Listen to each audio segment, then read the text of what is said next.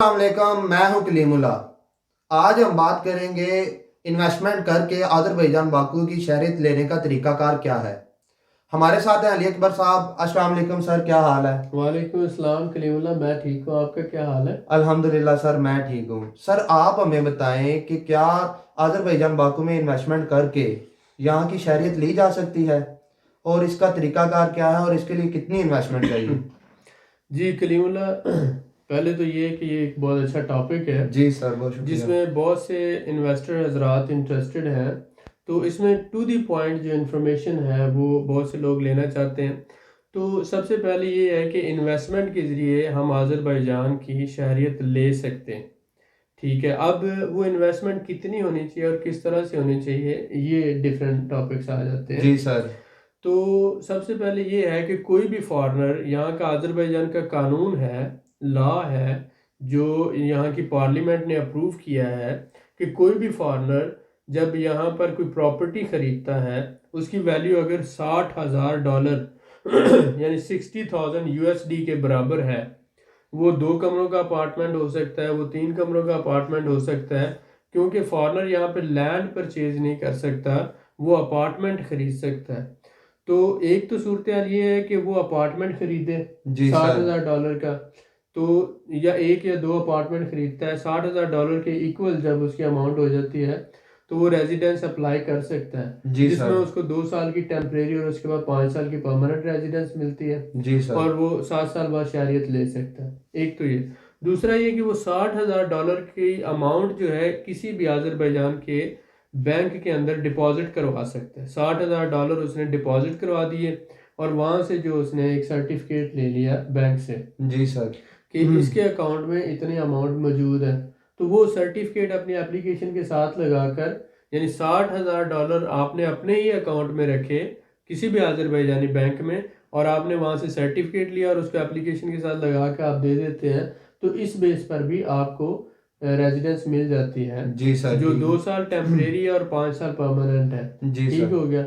इसके अलावा अगर आप फर्दर इन्वेस्टमेंट करते हैं जिसमें आपको 2 साल के अंदर अंदर पासपोर्ट मिल सकता है, तो वो $3 लाख के इक्वल इन्वेस्टमेंट है।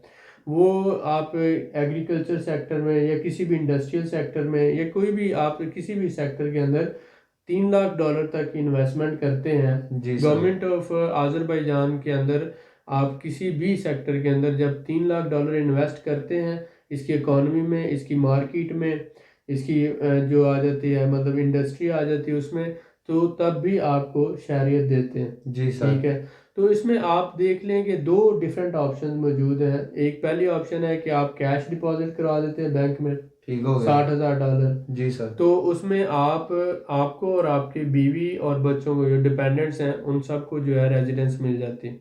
दूसरी ऑप्शन ये है कि अगर आप प्रॉपर्टी ले लेते हैं, 2 अपार्टमेंट, 2 कमरों का अपार्टमेंट या 3 कमरों का अपार्टमेंट, तो तब भी आपको उस बेस पर भी शहरियत मिल जाती है। जी सर, ज़बरदस्त सर। जैसा कि अभी आपने बताया कि बैंक में भी पैसे रख के इस पे वो टीआरपी ले सकते हैं, परमानेंट रेजिडेंस ले सकते हैं। जी।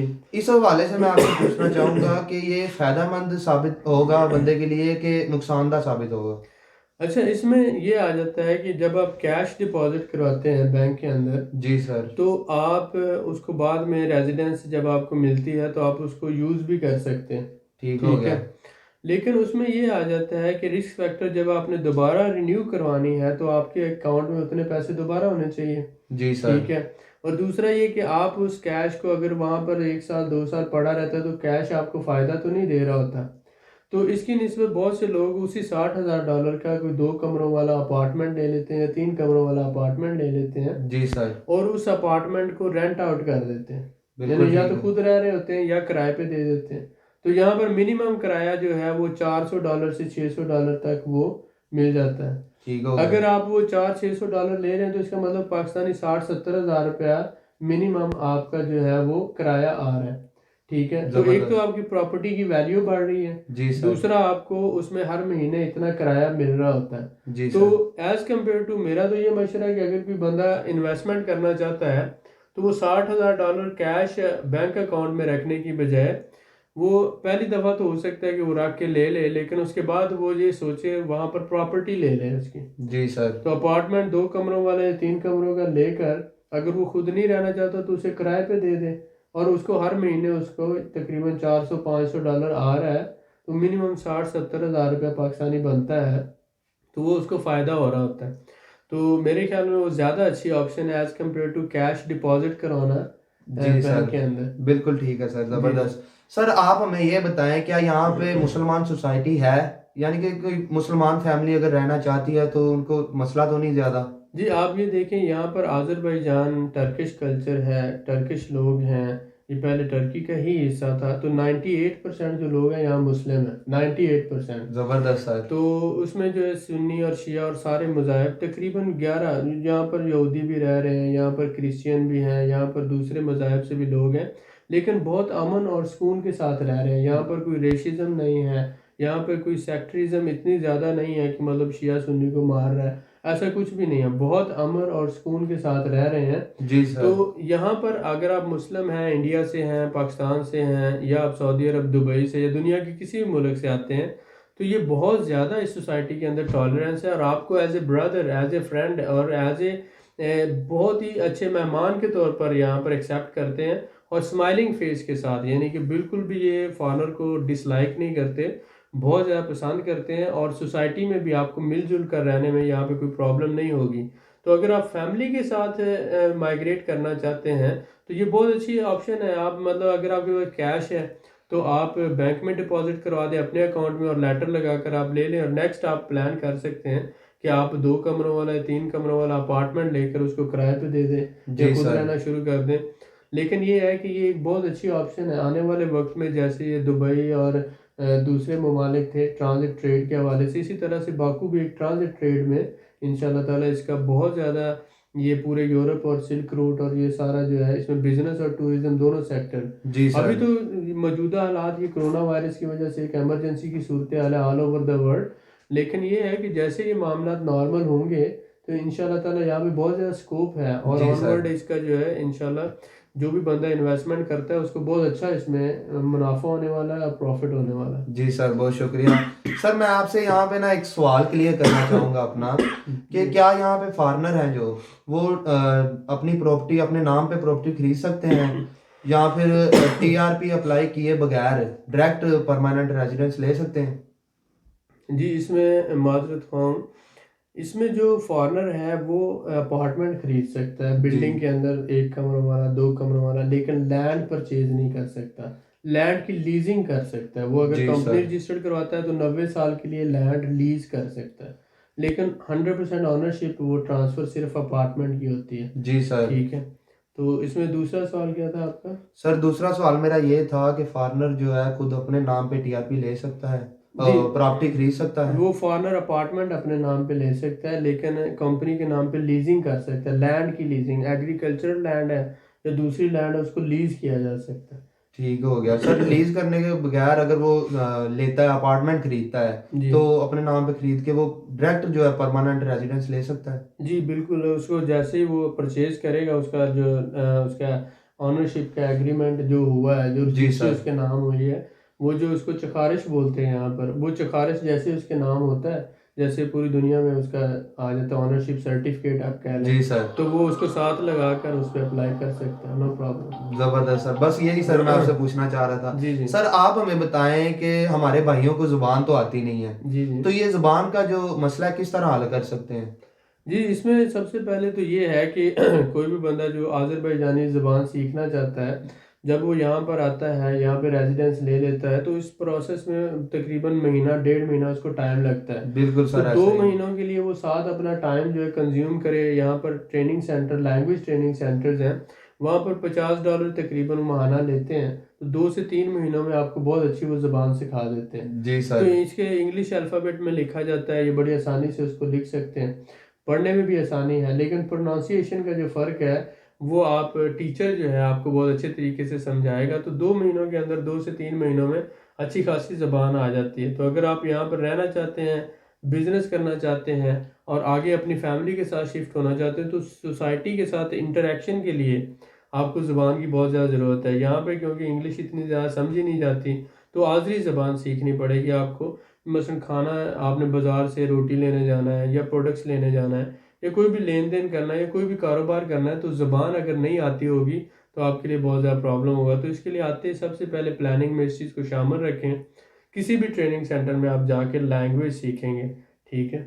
जी सर, बहुत शुक्रिया। तो सर इसी के साथ मैं आपसे जानना चाहूँगा कि सऊदीया और दुबई की निस्बत अज़रबैजान बाकू में बिजनेस करना कैसे फ़ायदेमंद साबित हो सकता है, या उनका प्रॉपर्टी खरीदना कोई अपनी फैमिली के लिए यहाँ पे रहायश रखता है, कैसे ये साबित हो सकता है वहाँ की निस्बत?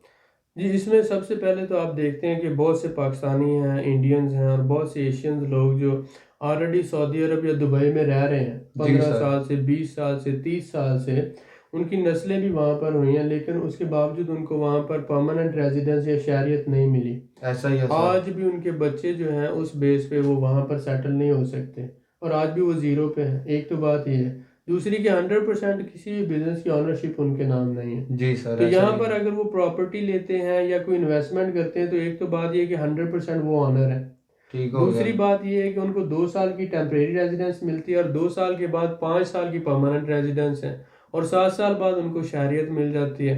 अब उसमें उनके डिपेंडेंट्स यानी उनके वो अपने बीवी बच्चों को भी साथ रख सकते हैं। मुस्लिम सोसाइटी है, टॉलरेट करते हैं, फ्रेंडली हैं, अरबों की तरह आपको गुलाम नहीं समझते, आपको भाई हैं, दोस्त हैं, या बहुत अच्छे आपके नेबर्स के तौर पर आपको स्माइलिंग फेस के साथ वेलकम करते हैं।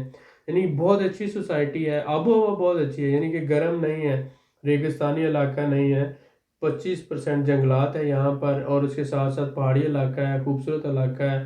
पानी जो है, आबो हवा, और लोग भी बहुत ज़्यादा टॉलरेट करने वाले हैं, मेहमान नवाज हैं। तो ये सारी खसूसियात हैं, और उसके साथ साथ कल को आप बिज़नेस करते हैं तो यूरोप की प्रॉक्सिमिटी में है। एक तरफ रशिया है, दूसरी तरफ जॉर्जिया है, तीसरी तरफ टर्की है। तो ये ममालिक जो है, और उसके साथ साथ इसको गेटवे टू यूरोप कहा जाता है। ये सारी चीज़ों को जब आप मिक्सअप कर लेते हैं तो एक ऐसी चीज़ आपके सामने आती है कि जो मुस्लिम सोसाइटी है, टॉलरेट करने वाले लोग हैं, फ्रेंडली हैं, आपको बहुत अच्छा वेलकम करते हैं, आप सोसाइटी में पेनिट्रेट कर सकते हैं, अपनी फैमिली और बच्चों के साथ रह सकते हैं। पूरा फैमिली सिस्टम है यहाँ पर। आबो हवा बहुत अच्छी है, यानी कि सर्दी का मौसम जो है तकरीबन 2 महीने बर्फबारी होती है, 9 महीने जो है मौसम बड़ा खुशगवार रहता है, जबरदस्त तो सर। 2 महीने गर्मी होती है। तो यानी कि अगर आप सही मानों में कहते हैं कि दुनिया में रहने के लिए पूरा अमन और अच्छी जगह जो है, ये आज़रबैजान, आप कह लें कोकाफ का इलाका है, परियों का देश जैसे हमने वो पढ़ा। तो ये इसका आबो हवा बहुत अच्छी है, पानी यहाँ का बहुत अच्छा है, लोग बड़े मुखलस हैं, मेहनती लोग हैं, प्यार करने वाले हैं। तो जो बंदा बिजनेसमैन है या जो भी बंदा रियल ज़िंदगी में आगे बढ़ना चाहता है, और इन्वेस्टमेंट तो ये अभी ग्रो कर रहे हैं। तो अभी ये जो इस सेक्टर में आप समझ लें कि टूरिज़्म सेक्टर है या बिजनेस सेक्टर है, तो अभी इस सेक्टर में बहुत ज़्यादा अनसेचुरेशन है।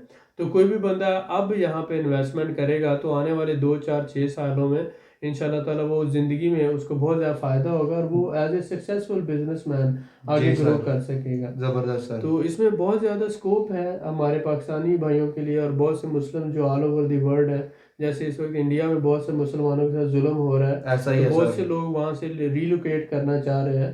तो उनके लिए बहुत अच्छी जगह है, आज़रबैजान है या टर्की है वहाँ पर, या फिर सऊदी अरब या दुबई से बहुत से लोग रीलोकेट करना चाह रहे हैं, जी सर। माइग्रेट करना चाह रहे हैं।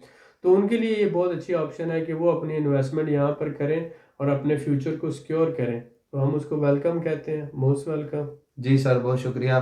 सर मैं आपसे पूछना चाहूँगा कि जैसा कि कोई हमारा भाई यहाँ पे बिजनेस करता है, प्रॉपर्टी खरीदता है, अपनी इन्वेस्टमेंट करता है, अपना फ्यूचर प्लानिंग करता है, जी तो जी। उसकी टैक्स रेशो के बारे में तो वो ज़रूर जानना चाहेगा। हर बिजनेसमैन ये पहले पूछता है कि टैक्स रेशो क्या है, तो इस हवाले से देखिए, आप गाइड कर दें जो हमें। आप प्रॉपर्टी परचेज करते हैं, आप ऑनर हैं उसके, उस पर तो आपको टैक्स नहीं है। जी सर। लेकिन जब आप उस प्रॉपर्टी को रेंट आउट करते हैं, तो जब आपने उसको रेंट दिया तो फिर आपको 14% कमर्शियल टैक्स देना पड़ता है। जी सर। ठीक है, तो वो जो आप रेंट लेते हैं, तो या तो आप जिस बंदे को रेंट दे रहे हैं वो आपको टैक्स ऐड करके देता है, या आप अपनी जेब से पे करते हैं। जी सर।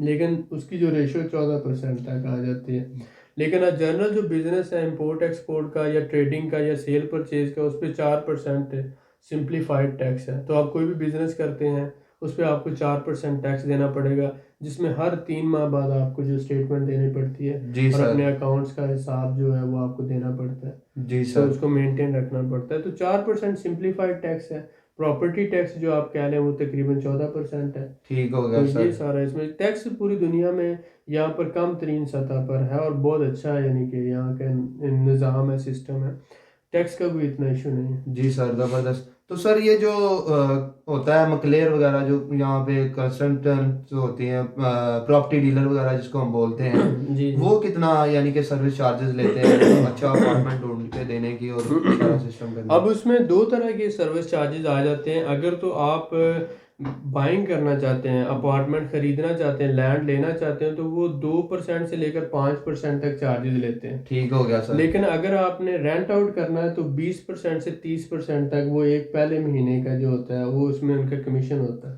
ठीक हो तो गया वो सर। 20% आप एवरेज कर लेते हैं, 20% तक उन्होंने कमीशन लेना है। लेकिन अगर आप परचेज करते हैं तो वो 2% से 5% तक डिपेंड करता है कि किस एरिया में कितनी वैल्यू है, उस हिसाब से वो कमीशन चार्ज करते हैं। जी सर, बहुत शुक्रिया सर आपका। वेलकम। मजीद मालूमात के लिए हमारे चैनल को सब्सक्राइब करें, वीडियो को लाइक करें और शेयर करें, बेल आइकन को जरूर प्रेस करें ताकि हमारी अगली वीडियो आपको मिल सके। अल्लाह हाफिज।